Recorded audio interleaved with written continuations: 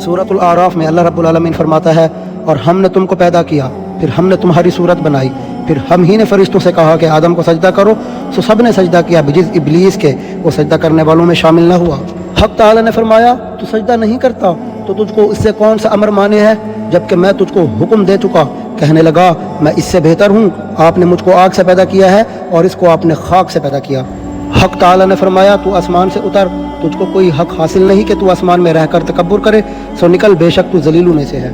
اس نے کہا مجھ کو مہلت دیجیے قیامت کے دن تک۔ اللہ تعالی نے فرمایا تجھ کو مہلت دی گئی۔ اس نے کہا بسبب اس کے کہ آپ نے مجھ کو گمراہ کیا ہے، میں قسم کھاتا ہوں کہ میں ان کے لیے آپ کی سیدھی راہ پر بیٹھوں گا، پھر ان پر حملہ کروں گا اور ان کے آگے سے بھی اور ان کے پیچھے سے بھی اور ان کی داہنی جانب سے بھی اور ان کی بائیں جانب سے بھی، اور آپ ان میں سے اکثر کو شکر گزار نہ پائیں گے۔ اللہ تعالی نے فرمایا کہ یہاں سے ذلیل و خوار ہو کر نکل جا، جو شخص ان میں سے تیرا کہنا مانے گا میں ضرور تم سب سے جہنم کو بھر دوں گا۔